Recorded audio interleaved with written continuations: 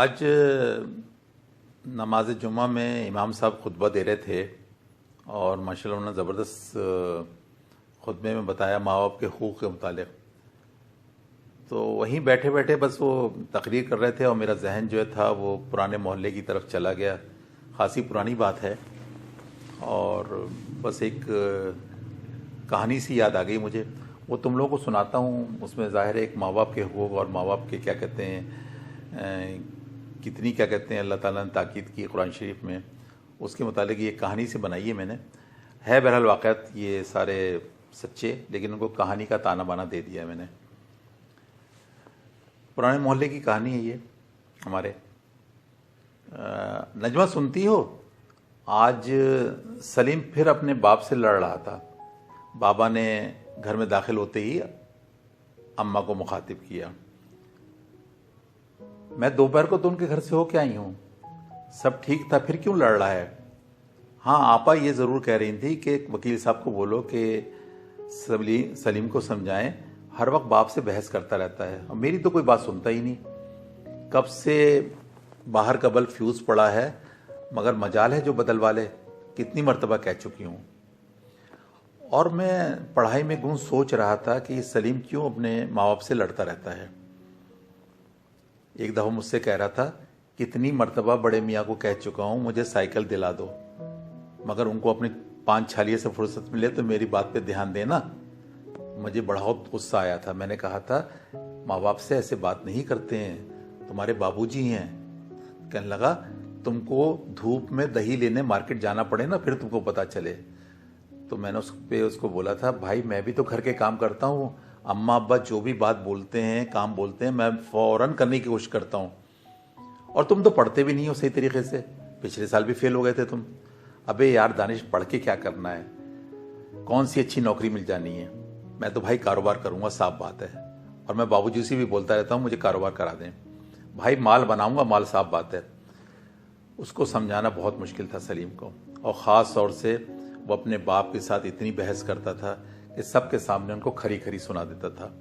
लेकिन वो बेचारे, एक स्कूल टीचर, रिटायर्ड आदमी, वो उसकी खुशामदें करते कि बेटा सलीम थोड़ा सा तो पढ़ ले, फिर मैं तुझे कारोबार भी करा दूंगा। मगर सलीम ने किसी की ना सुननी थी और ना सुनी। फिर मैंने एक दिन देखा कि बाबा उसको बड़े प्यार से समझा रहे थे बिठा के, कह रहे थे, बेटा देख, ये माँ बाप जो होते हैं ना, इनकी हर बात माननी चाहिए, हर बात पे यस करना चाहिए।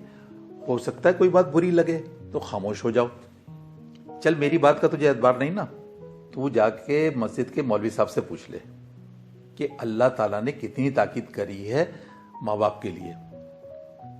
सलीम ने क्या जाना था, मैं चला गया। मौलवी साहब ने मुझसे कहा, देख बेटा दानिश, बात यह है कि हमें पैदा करने वाला तो अल्लाह ताला है, लेकिन दुनियावी सबब माँ बाप होते हैं।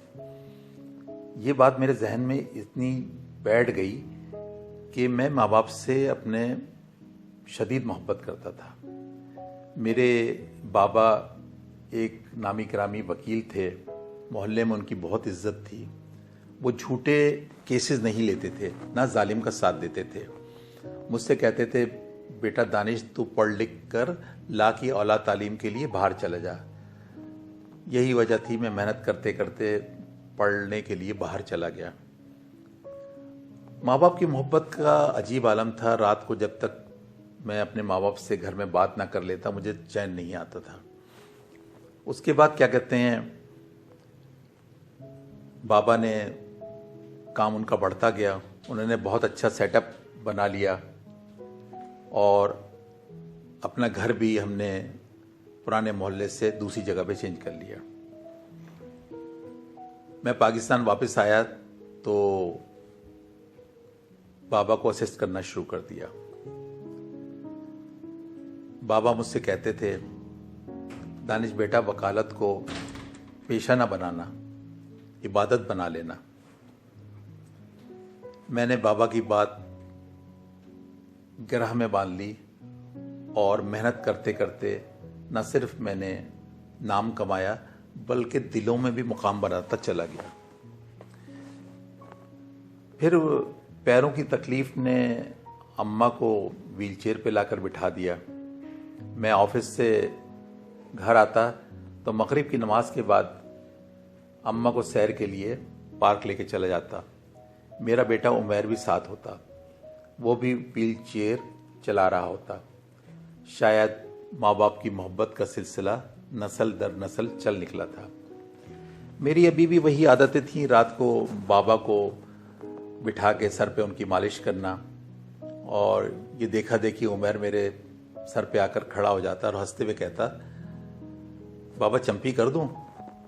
तो मैं उसके आगे सर झुका देता, और जब वो मेरे सर में तेल की मालिश करके हटता तो उसका सर मेरे सामने झुका होता।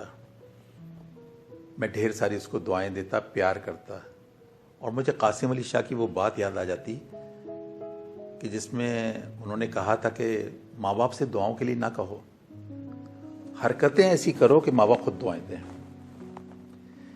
एक दिन मैं अपने ऑफिस में बैठा हुआ था कि मेरे इंटरकॉम की घंटी बजी।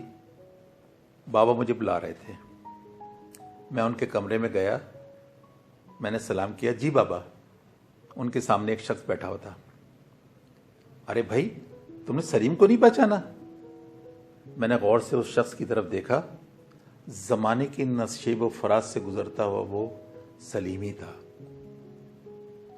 दानिश, इसके बेटे पर उसने झूठा मुकदमा बना दिया है, तुम फौरन पेपर तैयार करो उसकी रिहाई के लिए।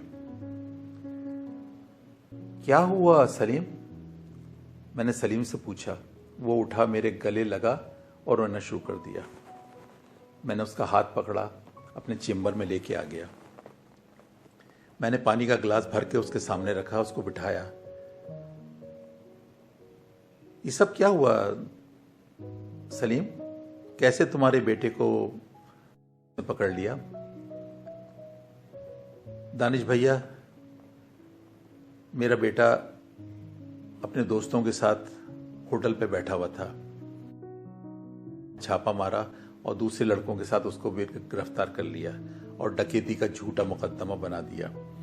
मुझे पता है कि मेरा बेटा खुदसर है, बदतमीज है, नाफरमान है, लेकिन डकैत नहीं है। मुझे पता है सलीम, क्योंकि बाबा झूठा मुकदमा नहीं लेते। तुम्हारा बेटा यकीनन डकैत नहीं है, जब भी बाबा ने यह मुकदमा मेरे सुपुर्द किया है। तुम बैठ जाओ, अल्लाह ताला इंशाल्लाह आसानी पैदा करेगा। बाबूजी कैसे हैं? उनसे भी दुआओं के लिए कहना, क्योंकि बुजुर्गों की दुआएं, माँ बाप की दुआएं अल्लाह ताला कभी रद्द नहीं करता। जी दानिश भैया, उसका सर झुका हुआ था। इस बात का एहसास तो मुझे बहुत बाद में हुआ, जब मैं खुद साहिब औलाद हो गया और मेरा शानी जो है वो बदतमीज निकला, खुदसर निकला, मेरी कोई बात नहीं मानता था। मैं उसको समझाता था लेकिन उसकी समझ में कोई बात नहीं आती थी। और फिर जो मैंने किया था अपने माँ बाप के साथ वो मेरे सामने आता गया। वकील साहब ने मुझे कितना समझाया था, मैंने कभी उनकी बात नहीं मानी। यही वजह थी कि मेरा समझाना शानी को बेकार साबित हुआ। मैं तो अपने बाप से साइकिल के लिए ज़िद करता था, इसने 12 साल की उम्र से मोटरसाइकिल के लिए ज़िद करनी शुरू कर दी। मैं बहुत दुखी होता चला गया। फिर मेरा एक दिन दिल इतना दुखा कि मैं आंखों के आगे बंद ना बांध सका और अम्मा और अब्बा के कदमों में गिर के खूब रोया। माँ बाप की भी क्या चीज़ होते हैं दानिश भाई, बिल्कुल अल्लाह मियाँ की तरह।